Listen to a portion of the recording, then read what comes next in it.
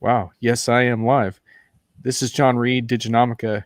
I'm. This is my official video podcast reboot, and I have the best possible guest. I got Brent Leary in the hot seat. What's going on, man? I'm in hot Atlanta, so I guess it makes sense for me to be in the hot seat, man. But this is cool, man. Joining you for the maiden voyage. This is awesome, man. Indeed, I'm on LinkedIn Live, and I'm also streaming on YouTube and our Diginomica Facebook page. If you're commenting on YouTube, I'm not really tracking those comments, so you might want to head over to LinkedIn or Diginomica Facebook if you want me to actually see your comments. In fact, Brent, I can only see like the branding crap. Oh, I got to click on comments. There we go. There it is. Yeah, they'll be flowing in. See, this is the old newbie. So we're actually going to be talking to Brent about enterprise video because you and Paul Greenberg and your CRM Playaz crew, man, you had a slam dunk video session. What was it like? Was it 2 weeks ago now? It's hard to believe. Yeah, it was 2 weeks ago, and thank you for being a part of it too. Don't leave that part out. But yeah, we were. I mean, it was kind of an experiment what we were doing because everybody's kind of experimenting with all this, streaming video and using LinkedIn as a platform for streaming video. And I think I've been on LinkedIn Live doing streams personally, and then also with Paul and the Playaz thing for about a year and a half, or coming up on a year and a half.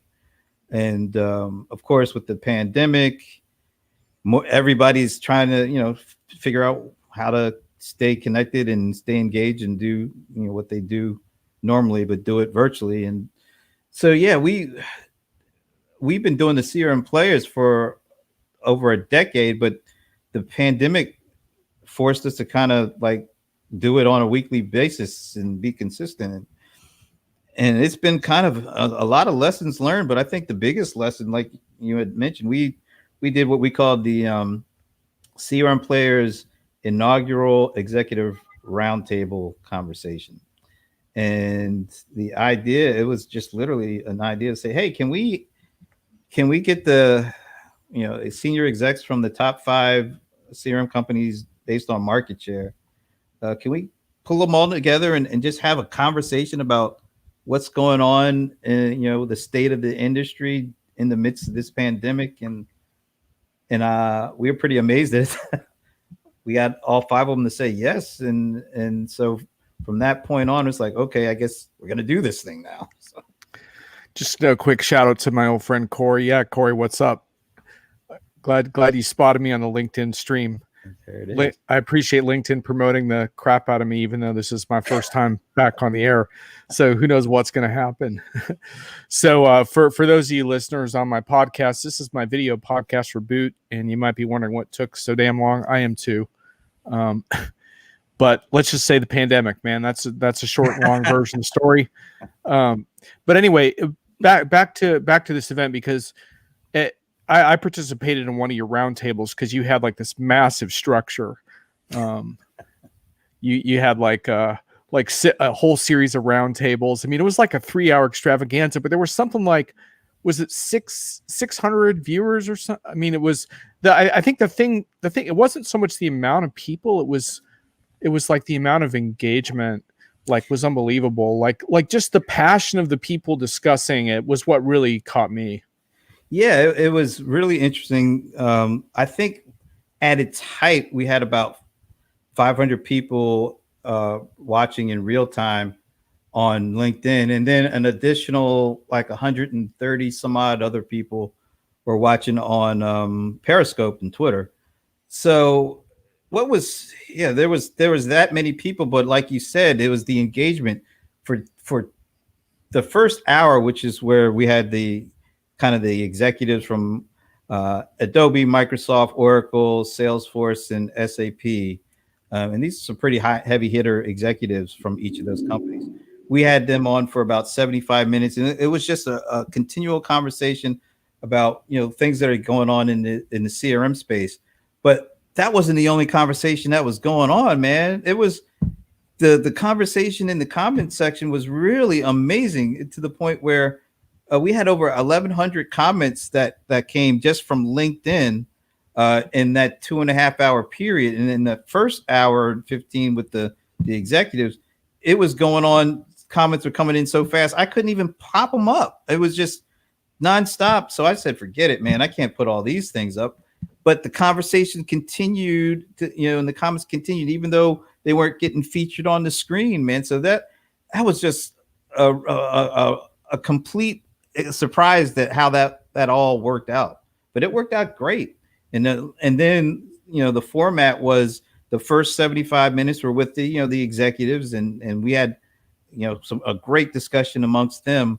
But then Paul and I decided, why don't we try to do something that's kind of like what you see on like cable news, and you have the big debate, and then after the big debate, then you have like this cast of characters the punditry, man, the punditry, talking head clash, right? And it's not just 2 or 3, it's like 20, and they come on in waves. And so we were like, we have all these great folks that we know that are in the industry, and they have a lot to offer. So once the official roundtable ended, then we decided, let's keep it rolling. Let's bring in all these different people that have great perspectives too.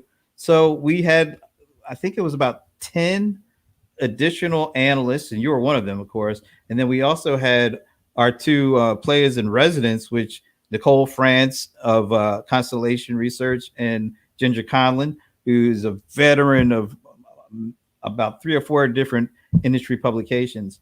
And so we brought them on to give us their take. And then we brought on, the first set of panelists, and then another panel, and then another panel.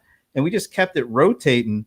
And not only was those panels rotating, but once again, the comments, they just kept coming.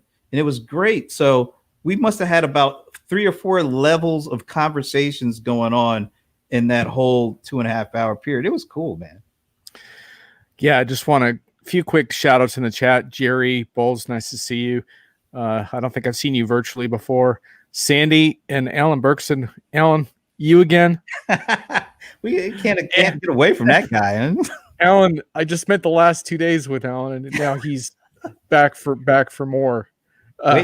Wait till he asks you about what your corporate narrative for your podcast is. That yeah. Well, I'll tell you my narrative in a nutshell, Alan. It's like, if you can't beat him, join him. No, my narrative is like, bringing the underground vibe to enterprise media. Man, Brent, I'm not going to knock your shows because I enjoy your shows. And I think actually, though, you and I are kind of different. We have similar mentalities about video. I want to talk about that. But man, so much of the enterprise video I see is just crap, man. It's just, I mean, how many interviews, like, oh my God, I got so-and-so in the chair. Like, let's get creative. I mean, that was one of the fun things about your event, is it had that feeling of live unpredictability. And for people that don't quite get this, like, to get vendors to sit down, these are competitors. Like, these are people that are used to bashing each other on stage and trading barbs, and here they are sitting around, and what a perfect time too, right? Because the pandemic circumstances that we're facing, and this is not the time to get childish around like, well, our platform is truly omni-channel and yours is really single. Like, who gives a crap? I mean, we're struggling right now as a country, as a across the world, really. And so, like, let's get together. And the vendors really showed that vibe, and I thought that's what made that program, in my opinion, like, had a remarkable feeling. They set the stage for that. You're right. I mean, they were so collegial and were able, and a lot of these folks, or at least there was a kind of a connecting theme or person. Those folks kind of knew each other. Some of them worked for one another at some point in time. So there were some good relationships there, but the overall vibe that they put out, which is basically, let's have a thoughtful and also kind of casual and conversational, discussion about what's going on. And so they all looked at it from that perspective, and they're even able to joke, with one another on certain things. And I think that set the tone, and I think that made the whole event just fly and work. Because if there was, like you said, that kind of traditional one-upmanship kind of mentality, or talking point mentality, or scripted, it wouldn't have worked. And that's not what Paul and I wanted. We wanted those folks to come together because we kind of knew they would feel comfortable with each other and with us, to have that kind of free flowing conversation that would not get bogged down into people taking stances or trying to score points. And so because they were able to have that kind of discussion, and at the towards the end of the conversation with those folks, Paul and I just we just backed out, because they were able to just start talking amongst themselves, and it felt like it was just me and Paul at our CRM Playaz weekly happy hour, throw a question out and just back out the way and let everybody else talk. That was how good it got towards the end. Yeah, and actually, one of your panelists broached some really important stuff around the pricing, and basically acknowledging that enterprise pricing, even so-called cloud software pricing, is really out of step sometimes. And you certainly see that in the pandemic, where customers really hurting, and basically acknowledging that we need to look harder at how we price software. And like it was just cool, because it's very, very rare to hear any kind of vendor executive bring something like that up. Like occasionally, like a badass self-described badass like you or me might press that issue like behind the scenes, but for them to bring that up, you don't really see that. So I just thought that was really neat. And that was Bob Stutz, by the way. Yeah, Bob over at SAP, man, yeah. he was on fire. Actually, but Dennis Howlett wrote a really great piece based off of that too. Oh yeah. For you guys Diginomica fans, you can catch Den's expansion on that topic on Diginomica as well. But that was the kind of thing where, like, Den wrote about that, because he doesn't usually write about video shows, but that was the kind of thing it was. It would just sparked a lot of conversations, and that's one of the reasons why I wanted to get back into this myself, is because I think there's something about unscripted conversations like this that is exactly what the world needs right now. So anyhow, I'll tell you one thing though. We had to do a little pushback because we wanted it to be unscripted. And you can understand where, some of these big corporate entities want to kind of have as much understanding or control as they can get. But to their credit, we said, we really think we can talk about themes, but we really want to make sure the conversation goes where it needs to go organically. So we don't want to put too much out there.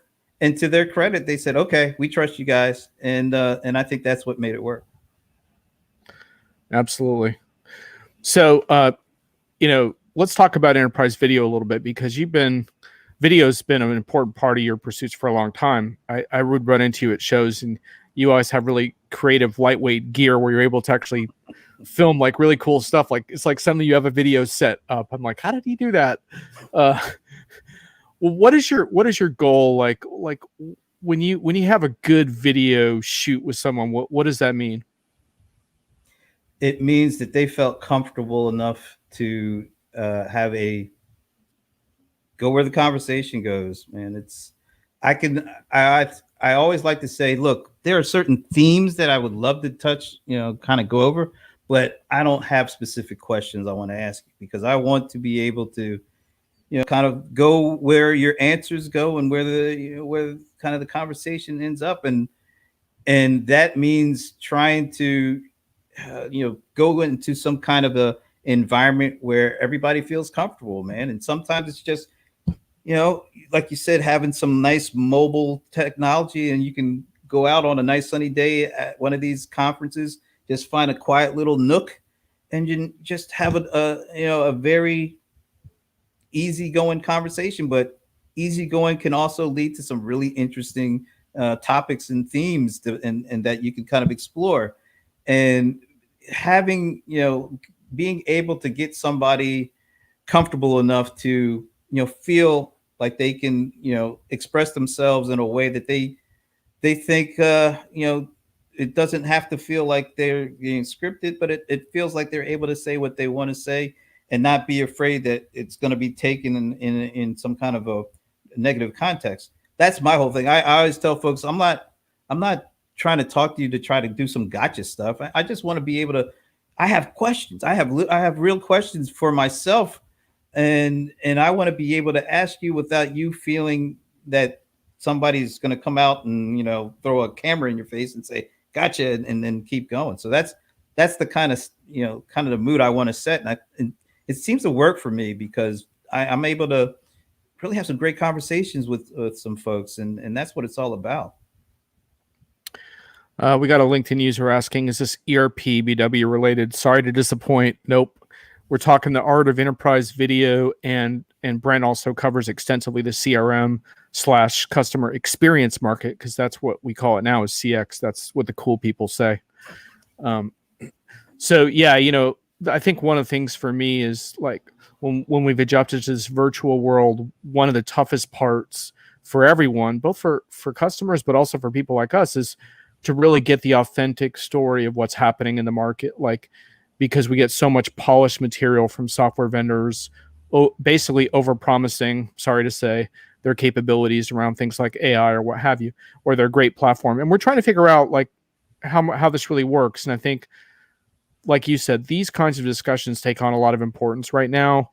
And I like that style of just this notion that when you have a conversation, you don't have a script. This isn't overly polished or marketed video.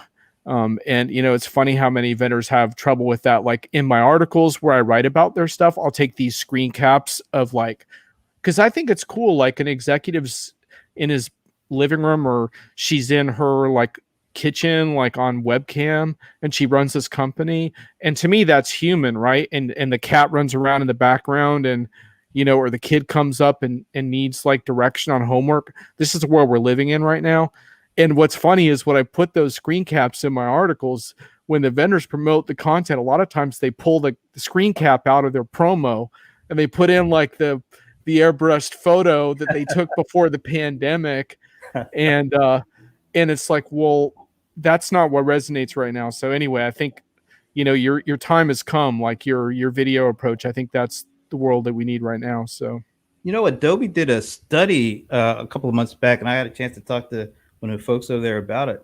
They said that coworkers during the pandemic, when they're all working remotely from their home, they said that coworkers actually felt more connected and felt like they knew their coworkers better in the midst of this pandemic working from home compared to if they were physically sitting next to each other in their cubicles.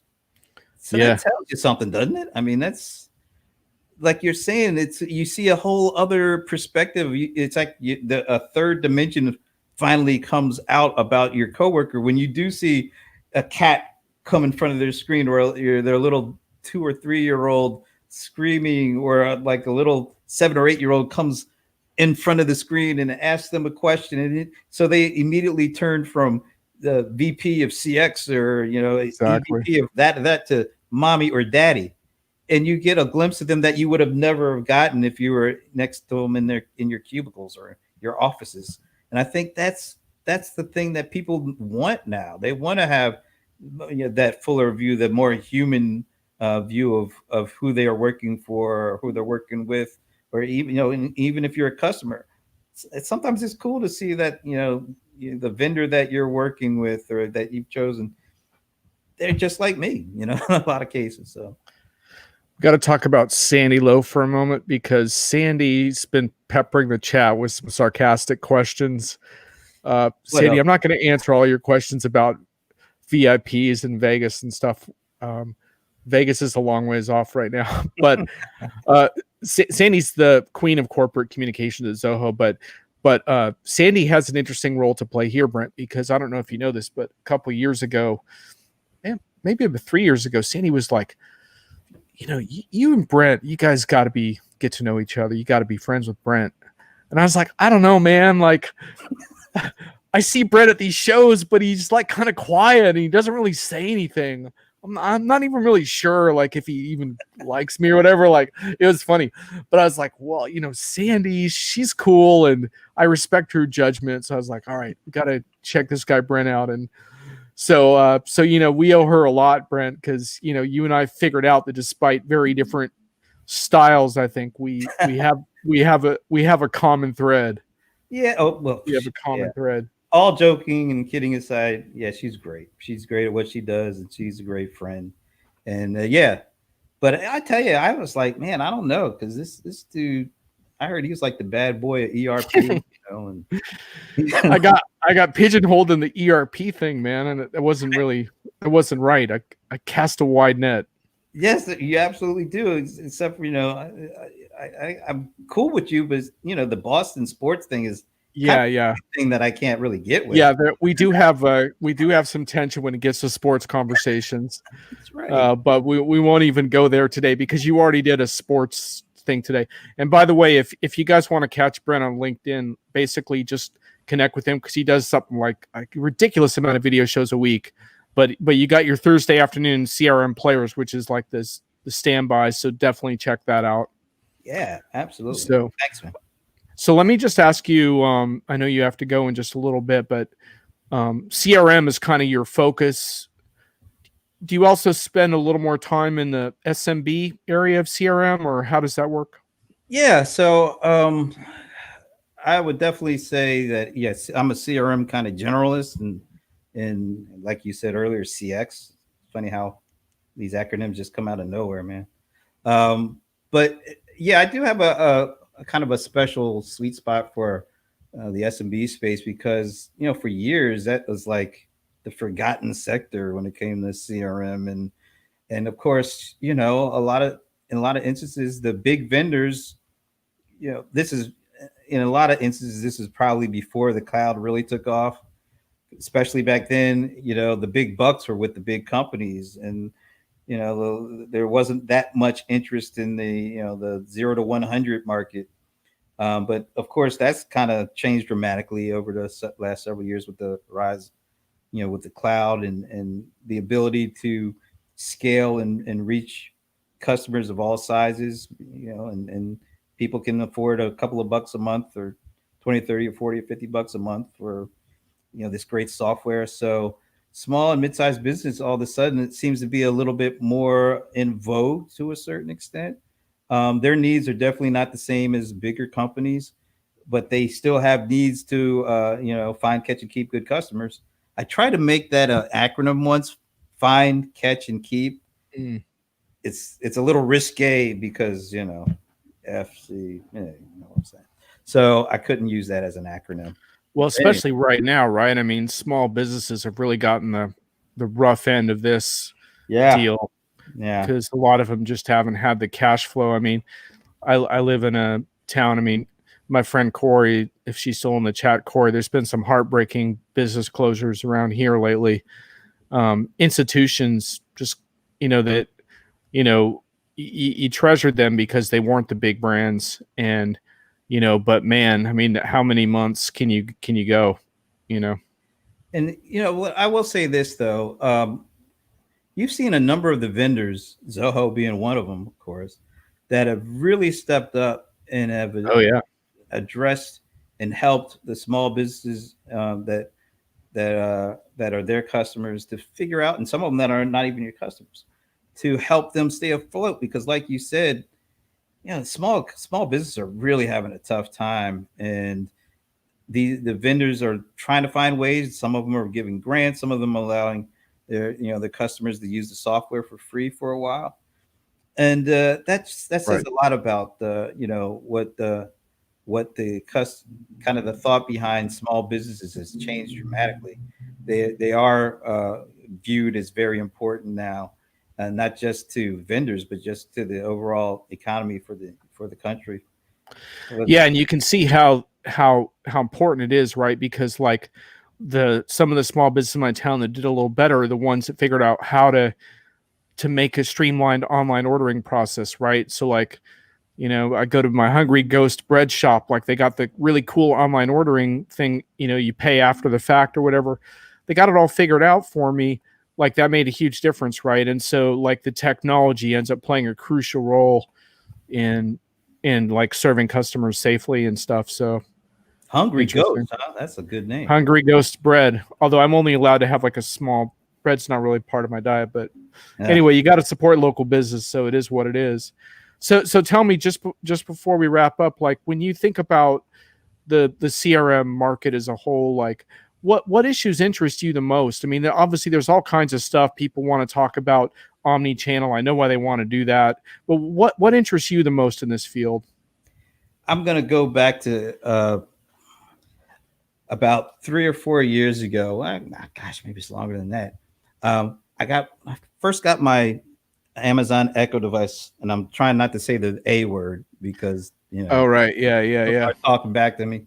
We don't need the a person interfering with our conversation right now. Exactly, yeah. But the whole idea of voice interfaces really captured my attention, and I thought that this is going to change some of the ways that vendors engage with their customers, and also how employees actually do their job. And so I was really hot on that for a while, and I started a column over at ZDNet around this stuff too. But then, like, it just felt like the momentum that was involved with that whole space kind of fizzled, and it started feeling like, well, I mean, the vendors that I had a lot of talking with the vendors, and the things I was hearing is like, it doesn't seem like this is happening like I thought it was. Yeah, you wrote I remember you writing a whole series of articles on ZDNet about that at the time. Yeah. So where do you think we are now? I think actually, I'm starting to get a little bit of a little excitement back. Some of my recent conversation with multiple vendors, a couple of vendors, I'm hearing voice as being mentioned more, and it's actually not just from a consumer experience; it's from an employee experience. And things like, from a CRM perspective, a lot of salespeople hate CRM. They don't want to sit around and have to put data into a application. They want to be out there building relationships and selling stuff. And so I'm starting to hear things like, we're getting closer to having being able to speak to your applications, so that the things that you would have to do normally by typing and swiping and clicking, now you're going to be able to just talk, and what is said will dictate what's going on with the application. I'm hearing it from like an ERP and HR perspective about how do we make these applications easier for our employees to get the information that they need in and out of them. So I think actually maybe what happened was some of the vendors might have underestimated how difficult it is to get voice right, and it caused them to take a step back, but not a step away, so to speak. And I think now that they have had a little bit more time to figure it out more and more, I think we're getting closer to the point where we're going to start seeing applications that are will be made to make it easier for folks to get stuff done talking to the applications, not just the consumers speaking to a smart speaker and barking out requests, but actually having employees be able to speak to their applications and get more things done.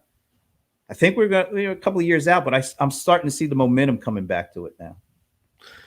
Yeah, I mean, you can certainly see in a business context this issue, right? Because there's all these stats about how much time employees spend like searching for information, right? Yeah. And so you can certainly imagine if you could get that right.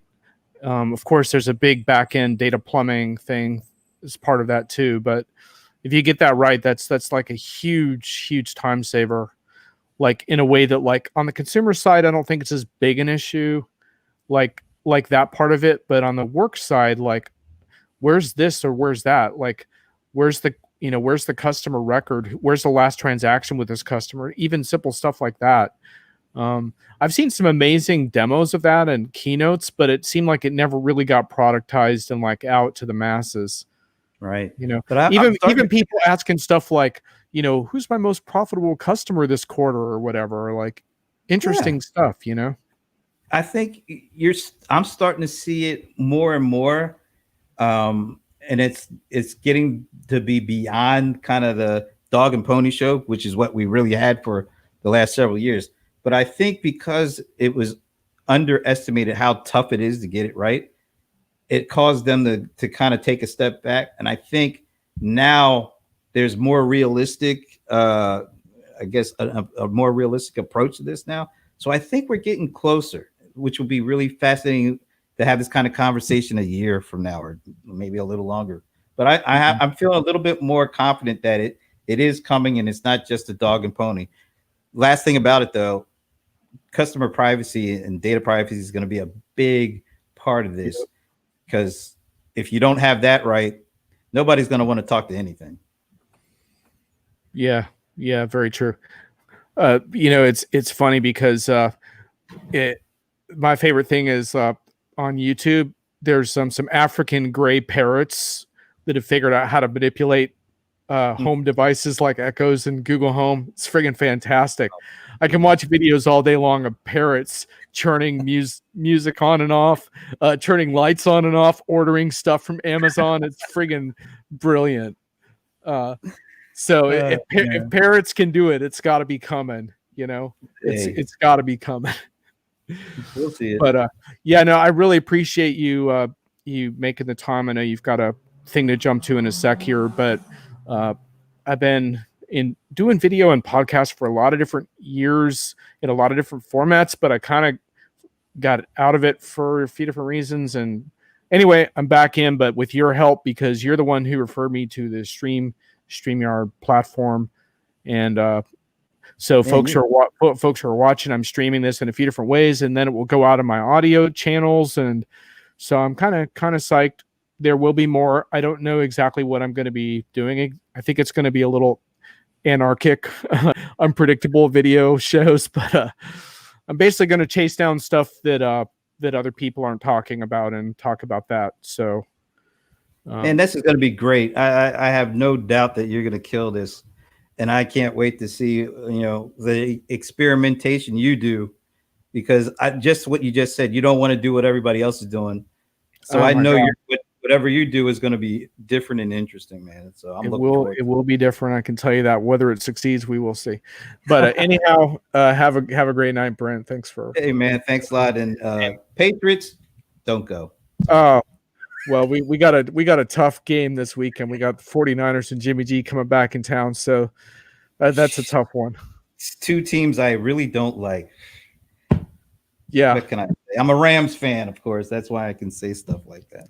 Yeah. Well, it's really weird getting trash talk from someone stuck in a non-sports town like Atlanta, but sorry, that's probably a little that's a low blow. Thanks, man. Now I can go start my weekend on such a high note. Oh man. Hey, thanks for everyone who showed up. Corey, it was great to see you in the chat, especially. I even know Corey, but thanks. Yeah. You kept things piping there. Much appreciated. All right, we'll catch you guys later.